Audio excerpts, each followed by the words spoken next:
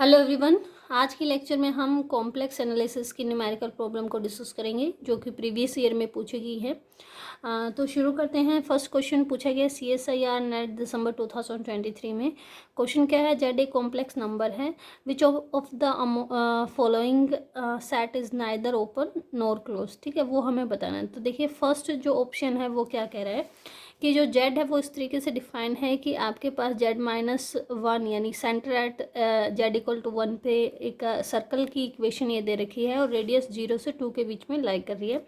यानी अगर हम इसको ड्रॉ करें तो इसका क्या मतलब है कि Z=1 पे सेंटर है और मैक्सिमम रेडियस क्या हो रही है आपकी 2 हो रही है। मैक्सिमम रेडियस 2 के साथ इसको ड्रॉ करेंगे, इस तरीके का सर्कल आपका बन रहा है और जो आपका लाई कर रहा है वो 0 से 2 सारे एलिमेंट्स या सारे पॉइंट्स उसके अंदर लाई कर रहे हैं। तो अगर आप डायग्राम से देखें तो ये कैसा सिस्टम बन रहा है, आपका क्लोज सिस्टम बन रहा है। ठीक है, तो उसने पूछा है कि ना तो क्लोज हो ना ही ओपन हो, ऐसा सिस्टम हमें बताना है। नेक्स्ट में भी एक सर्कल की इक्वेशन है जिसका सेंटर 0 पे, रेडियस क्या है 1 है, ये भी क्लोज सिस्टम बन रहा है। अगर लास्ट को देखें तो लास्ट जेड को बता रहा है और जो थीटा है आपका जेड, यहाँ पे ये जो है आपका आर्ग्यूमेंट थीटा है और जो एम्पलीट्यूड है यानी आर जो है उसको हम इस तरीके से ड्रॉ करते हैं, ये थीटा है और थीटा कहाँ से कहाँ तक देगा 0 to π/4 तक। और आर की वैल्यू कुछ भी हो सकती है, कितने भी वेरी कर सकती है। तो आपका जो सिस्टम के पॉइंट यहाँ पे क्लोज करेगा वो ये पॉइंट्स होंगे, आगे तक ये बढ़ सकता है। ये जो आपका होगा ओपन सिस्टम होगा, क्लोज सिस्टम नहीं होगा। लेकिन अगर इसको आप देखें तो इसमें क्या कह रहा है, अगेन से एक सर्कल डिफाइन कर रखा है जो कि सेंटर पे है लेकिन radius less than equal to 100 है, यानी इस तरीके से है और सेंटर पे है, रेडियस जो है 100 या उससे कम हो सकती है। लेकिन वो सारे कॉम्प्लेक्स नंबर आएंगे 3 को छोड़ के। इसका क्या मतलब है कि जेड जो बिलोंग करता है ऐसे सेट से बिलोंग करता है जिसमें 3 नहीं है, यानी जो 3 पॉइंट है वो एक्सक्लूडेड। तो ये सिस्टम क्या होगा, सिर्फ ये वाले पॉइंट तो रहेंगे और जो इस सर्कल के अंदर है वो पॉइंट नहीं होगा। ठीक है, तो ऐसे सिस्टम को आप कह सकते हैं ना ही ये क्लोज है और ना ही ये ओपन है। तो ऑप्शन 3 यहाँ पे क्या हो जाएगा, करेक्ट ऑप्शन हो जाएगा। Next question again CSIR NET दिसंबर 2023 में ही पूछा गया है। आपका ब्रांच पॉइंट से ये क्वेश्चन था। एक फंक्शन इस तरीके से दे रखा था और उसमें बता रखा था कि ब्रांच लाइन कौन सी होगी। ठीक है, तो देखिए जो ब्रांच कट या ब्रांच पॉइंट का कंसेप्ट है वो आपका जो पूछा जाता है मल्टी वैल्यूड फंक्शन के लिए वो डिफाइन होता है। तो मल्टी वैल्यूड मतलब जहाँ पे Z⁻⁴, 1/2, 1/3, 1/4 इस तरीके से दे रखी हो, यानी किसी एक Z वैल्यू के लिए f की एक से ज़्यादा वैल्यू पॉसिबल हो। तो इसको आप इस तरीके से लिख सकते हैं, this function is √of Z² -3Z -2Z +6 और नीचे वाले को लिख सकते हैं √Z+1²। आप इसको लिख सकते हैं this is the function Z-2 और Z-3 इस तरीके से लिखा जा सकता है, डिवाइडेड बाय Z+1, ये आ गया FZ। ठीक है, तो function is analytic at -1, function is also analytic at Z=2 and Z=3। ठीक है, एनालिटिक का मतलब है वहाँ पे फंक्शन इन्फिनिटी को टेंड कर रहा है। तो यहाँ पे देखिए आप कहोगे कि तो 0 पे है, तो जब आपका मल्टी वैल्यूड फंक्शन होता है उसमें आपको देखना होता है अगर फंक्शन 0 है तो उसका डेरिवेटिव जा रहा होगा, फर्स्ट डेरिवेटिव जा रहा होगा, फर्स्ट नहीं जा रहा होगा तो सेकेंड जा रहा होगा।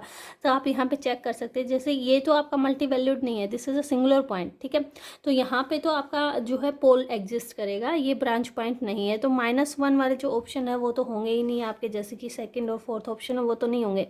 तो ब्रांच पॉइंट कहाँ कहाँ पे है आपके 2 और 3 पे है और यहाँ पे फंक्शन डिफरेंशिएबल भी नहीं है और एनालिटिक भी नहीं है। जैसे कि अगर इसका डिफरेंशिएशन करें Z-2 का तो ये क्या हो जाएगा 1/2 √Z-2 हो जाएगा और Z को 2 पुट करेंगे तो क्या आ जाएगा, इन्फाइनाइट वैल्यू देता है। तो यहाँ पे फंक्शन एनालिटिक भी नहीं होता ब्रांच पॉइंट पे और डिफरेंशिएबल भी नहीं होता है।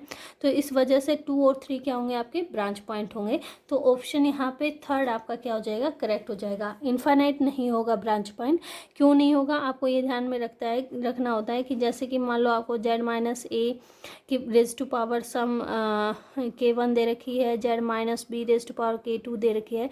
तो K1 K1 प्लस K2 अगर इंटीजर आ जाते हैं तो जो इन्फानाइट है वो ब्रांच पॉइंट नहीं होगा, इंटीजर नहीं आते तो इन्फिनिटी ब्रांच पॉइंट हो सकता है। यहाँ पे नहीं आ रहा है क्योंकि 1/2 प्लस 1/2 क्या आ रहा है, इंटीजर आ रहा है, ठीक है। तो इंटीजर आ रहा है, एक 1 के इक्वल आ रहा है, इंटीजर आ रहा है, तो जो इन्फिनिटी है वो ब्रांच पॉइंट यहाँ पे नहीं होगा। तो ब्रांच पॉइंट क्या होंगे, 2 और 3 होंगे, ठीक है। ऑप्शन थर्ड यहाँ पे करेक्ट ऑप्शन होगा। नेक्स्ट क्वेश्चन पूछा गया CSIR जून 2023 में। क्वेश्चन क्या है कि एक कर्व इस तरीके से डिफाइन है, इसका जो इमेजिनरी पार्ट है वो एक सर्कल को बनाता है जिसका सेंटर x0 y0 पे है, रेडियस r है, आपसे x0 y0 r की वैल्यू पूछी गई है। तो कर्व क्या है, imaginary part of pi z-1 over z-1 -1 over z-1 equal to 1, इस तरीके से। तो इसको आप लिख सकते हैं this is the imaginary of pi -1 over z-1 equal to 1।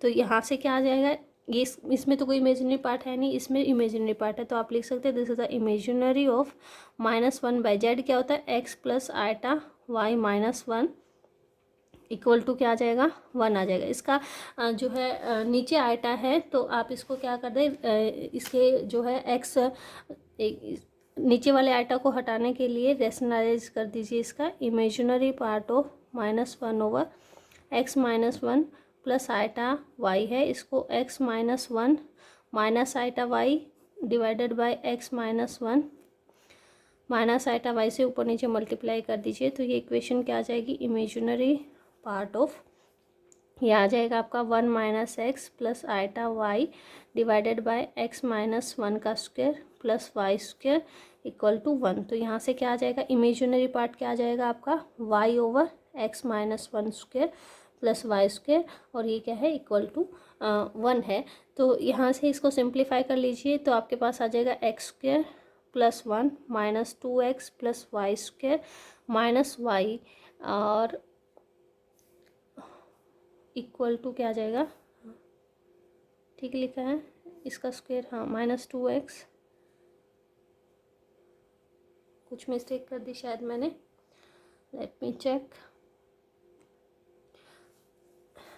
Equal to Y आ गया, ठीक लिखा है, ठीक है। इस वाई को इधर ले लीजिए तो ये इक्वेशन क्या आ जाएगी, x square plus y square minus 2x minus y plus 1 equal to 0। तो सर्कल की इक्वेशन के साथ कंपेयर कर दीजिए, x square plus y square plus 2gx plus 2fy plus c equal to 0, और आपका जो g की वैल्यू है यहाँ से कंपेयर करें तो क्या आ जाएगी, g की वैल्यू -1 आ जाएगी, f की वैल्यू क्या आ जाएगी -1/2 आ जाएगी। तो सेंटर जो होता है वो -g -f होता है, तो सेंटर हमारा आ जाएगा 1 और 1/2 पे, और रेडियस जो होती है √g² plus f square minus c square होती है, तो ये आ जाएगी 1 प्लस 1/4 -1 इक्वल टू क्या आ जाएगी 1/2। तो रेडियस की वैल्यू क्या आ जाएगी आपकी 1/2। इस तरीके से आप अगर देखें तो ऑप्शन ए यहाँ पे क्या हो जाएगा, करेक्ट ऑप्शन हो जाएगा। Next question is z is equal to iota raise to power iota, इस तरीके से दे रखा था, 1 ओवर z ln z की वैल्यू आपसे पूछी गई थी। तो यहाँ पे इन्फिनिटी तक अगर ये जा रहा है तो आप इसको इस तरीके से भी लिख सकते हैं आयटा z, ठीक है। लॉगरिथम ले लीजिए दोनों तरफ, ln z is equal to क्या आ जाएगा, z ln आयटा, तो यहाँ से आ जाएगा आपका 1 over z ln z is equal to ln iota. Option B यहाँ पे क्या हो जाएगा, करेक्ट ऑप्शन हो जाएगा। नेक्स्ट क्वेश्चन में पूछा गया था कि जो पोल है वो कितने ऑर्डर का है। तो यहाँ पे जैसे कि मैंने पहले बताया था, जब ऑर्डर ऑफ पोल आप निकालते हैं तो आपको सीरीज़ में एक्सपेंड, लॉरेंट सीरीज़ में उसको एक्सपेंड करके देखना होता है।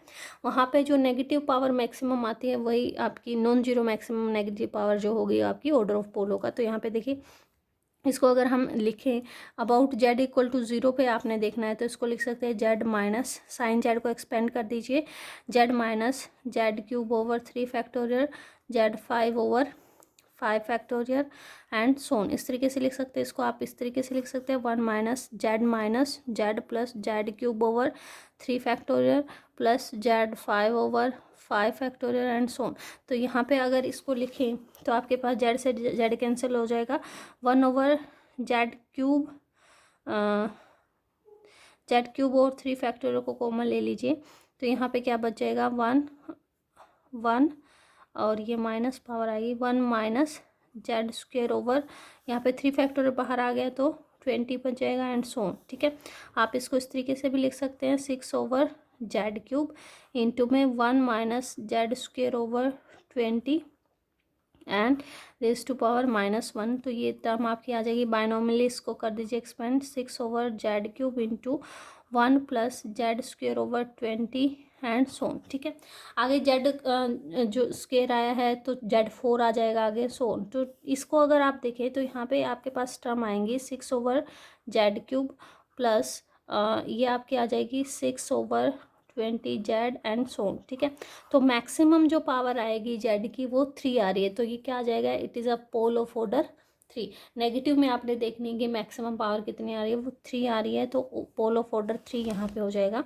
नेक्स्ट क्वेश्चन इम्प्रॉपर इंटीग्रल से पूछा गया है, तो आप इसको इस तरीके से भी लिख सकते हैं कि जो आपका इंटीग्रल है वो गिवन है -∞ to ∞ cos of alpha x² + 1। ठीक है, this is equal to the real part of -∞ to ∞ e⁻⁴ alpha x/x² + 1 alpha z है ना, z से रिप्लेस कर देंगे।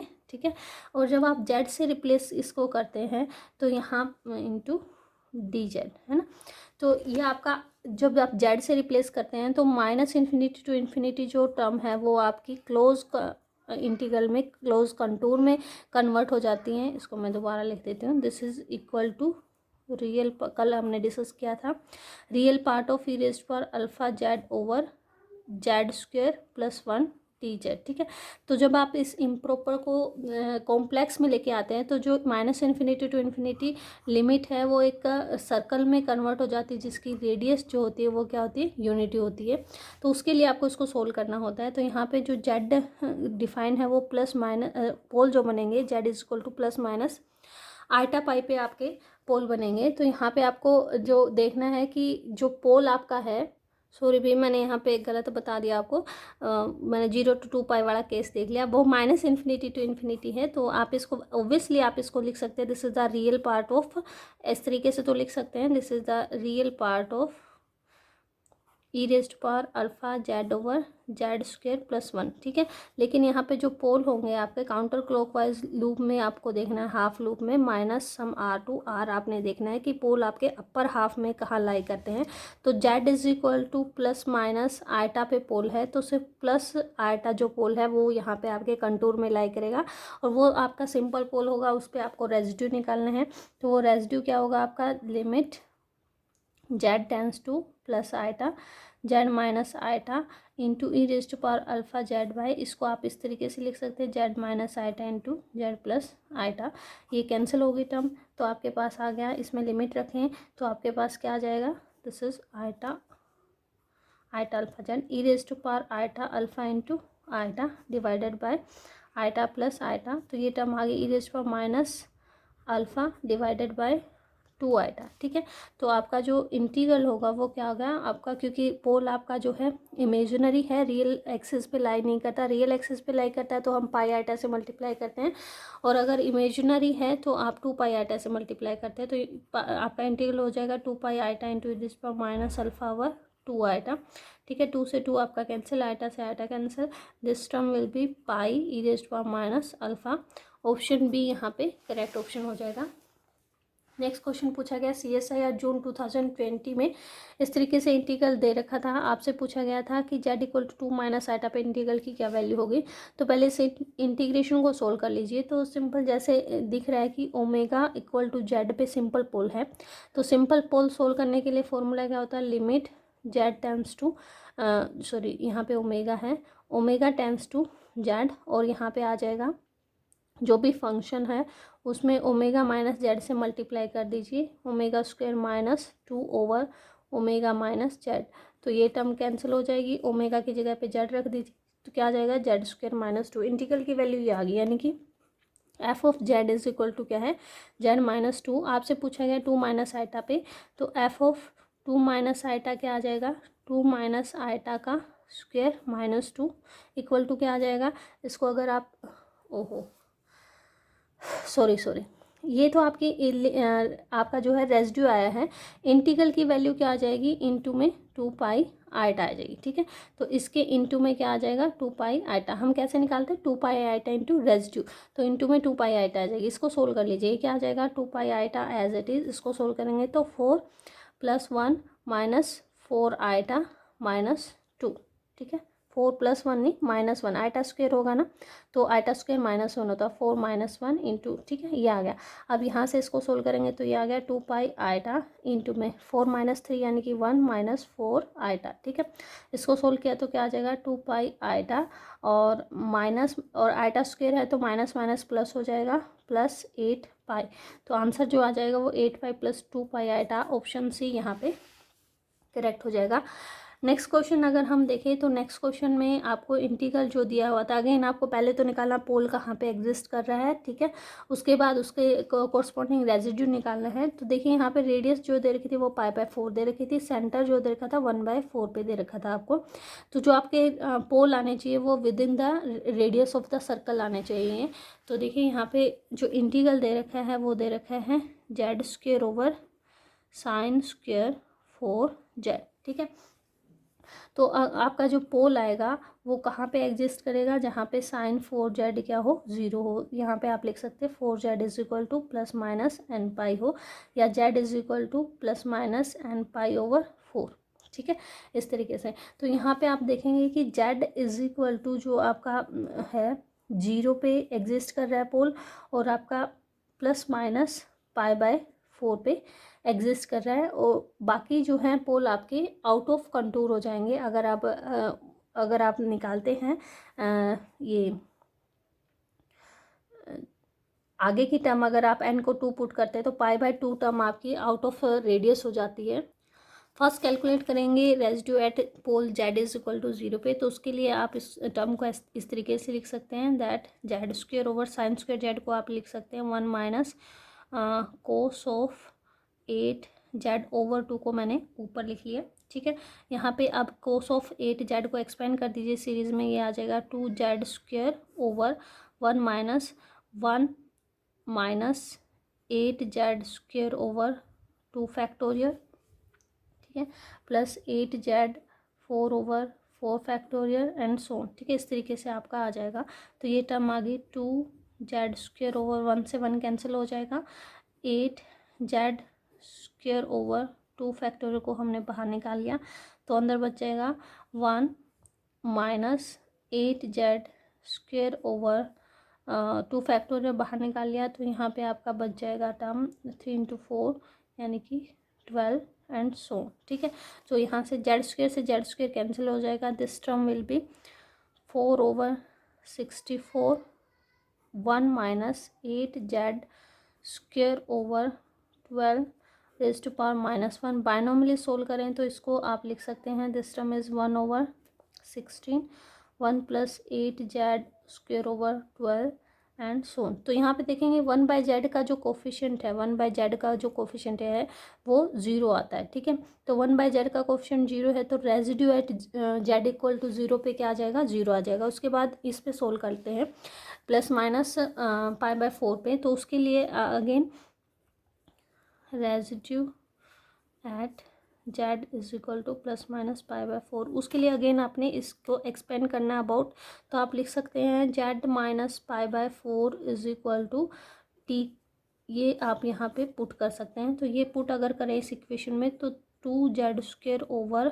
1 - cos ऑफ 8z जो आ जाएगा वो क्या आ जाएगा, 2 × t + π/4 का square divided by 1 - cos of, ये आ जाएगा 8t + π/4, ठीक है। तो यहाँ पे देखिए क्या टर्म आ जाएगी, दिस टर्म इज 2 × t + π/4 का स्क्वायर डिवाइडेड बाय 1 - ये 8t रह जाएगा, क्योंकि 2 पाई ऐड करोगे तो वो सेम ही आता है, cos ऑफ 8t रह जाएगा, तो वही सेम एक्सपेंशन होगा जो ऊपर हुआ है। तो ये आपका टर्म आ जाएगी, this term will B integral = 2 × t + π/4 को सोल्व कर लीजिए, t² + π² / 16 + t π/2, ठीक है, टी पाई ओवर 2 और डिवाइडेड में आपके पास आ जाएगा 1 माइनस कोस 8t को सोल्व कर लेते हैं, 1 minus 8t square by 2 factorial plus 8t 4 factorial and so on. तो 1 से 1 कैंसिल हो जाएगा, अगेन ये क्या आ जाएगा 2 into T square plus pi square over 16 plus T pi over 2 divided by ये टर्म आपकी बच जाएगी 8t स्क्वेयर ओवर 2 को बाहर निकाल लिया, 1 minus 8t square over 12 and plus so on ये आपके इक्वल टू आ जाएगी 4 over 64 T square into T square plus pi square over 16 T pi over 2 और इंटू में क्या आ जाएगी, इसका ऊपर जाएगा तो बायनॉमिनली -1 हो जाएगा और -1 को बायनॉमिनली एक्सपेंड करेंगे तो क्या आ जाएगा प्लस 8t स्क्वेयर ओवर 12, ठीक है, 12 एंड सोन। तो यहाँ पे देखिए आपको 1/t का कोफिशिएंट चाहिए, तो 1/t का यहाँ से तो आपका क्या बनता है, कोई कोफिशिएंट नहीं है। 1/t का कोफिशिएंट यहाँ बनेगा जब आप इसको इसके साथ मल्टीप्लाई करेंगे, तो 1/t का कोफिशिएंट 1 दिस इंटू दिस करेंगे तो क्या आता है आपका 4/64 और यहाँ से आता है कोफिशिएंट π/2, ठीक है, ये बनता है। तो ये आपका आ गया 2, दिस कोफिशिएंट इज π/32। अब यहाँ पे आपको निकालना है इंटीग्रल, वो क्या होगा 2 पाई इंटू जो रेजिड्यू आया है विच इज़ π/32, तो ये क्या आ जाएगा पाई स्क्वेयर आइटा ओवर 16। तो आंसर यहाँ पे आ जाएगा वो क्या आ जाएगा pi eta pi square over 16। Next question है डेफिनेट इंटीग्रल से। तो कल के लेक्चर में मैंने आपको बताया था कि अगर इंटीग्रल 0 to 2 पाई है और यहाँ पे कोस थीटा या फिर साइन थीटा की टर्म यहाँ पे अगर दे रखी हैं तो आप जो है e⁻ आइटा थीटा को जेड पुट कर दीजिए और वहाँ से जो भी सब्स्टिट्यूशन इसमें आ रहे हैं वो पुट कर दीजिए। हमारा जो इंटीग्रल है वो 0 to पाई है, तो पहले हम इसको सोल्व करेंगे। i is equal to 0 to 2 pi d theta 5 + 4 cos of theta d theta. तो ये आपका जब आप पुट करेंगे ये टर्म तो यहाँ से डी थीटा जो आ जाएगा वो D Z over iota Z आ जाएगा, ये पुट कर दीजिए। तो ये इंटीग्रल हो जाएगा close d Z over iota z divided by 5 + 4 cos of theta को क्या लिख सकते हैं जेड प्लस 1/z ओवर 2 को मैंने बाहर लिख दिया, ठीक है। तो ये टर्म क्या आ जाएगी, this term is close integral d Z over iota z divided by 5 + 2z + 2 over z, ठीक है। ऊपर जेड ऊपर नीचे जेड से मल्टीप्लाई कर दीजिए 1 over iota close integral d Z over यहाँ पे आ जाएगा 5z + 2z स्क्वेयर प्लस में आ जाएगा आपका 2, जेड कैंसिल हो जाएगा ऊपर नीचे से, इसमें से आप 2 को कॉमन ले लीजिए, ये टर्म आगे 1 ओवर 2 आएगा integration D Z over Z square और आपका आ गया प्लस 5/2 जेड + 1, ठीक है। इसको अगर आप सोल्व करें तो यहाँ पे इसको सोल्व कर लेते हैं -b यानी कि माइनस इसके जो रूट्स होंगे वो क्या आ जाएगा -b plus minus √b² and 25 over 4 minus 4ab -4 करेंगे तो डिवाइडेड बाय 2 तो ये आ जाएगा -5 ओवर 2 प्लस माइनस ये आपका बच जाएगा 9 ओवर 4 यानी कि 3/2 ओवर 2। तो यहाँ से रूट्स जो निकल के आते हैं एक तो आता है आपका -2 और दूसरा आता है आपका -1/2। तो -2 तो यूनिट सर्कल से बाहर हो जाएगा, सिर्फ क्या लाइक रहेगा -1/2। तो आप इसको लिख सकते हैं residue at z is equal to -1/2 क्या हो जाएगा limit z tends to -1/2 z + 1/2 into में 1 ओवर फंक्शन को आप इस तरीके से लिख सकते हैं z + 2 इंटू z + 1/2, ठीक है। तो z + 1/2 कैंसिल हो गया और यहाँ पे -1/2 पुट करेंगे तो आपके पास क्या आ जाएगा 1/2 -1/2 this term will be equal to यहाँ बचेगा 2/3, है ना, 2/3। तो आपके पास जो इंटीग्रल की वैल्यू आ जाएगी वो आ जाएगी 2 पाई आइटा इंटू 1/2 आइटा ऑलरेडी था हमारे पास इंटू 2/3, ठीक है। तो इसमें से देखिए आइटा आइटा से कैंसिल हो गया, 2 से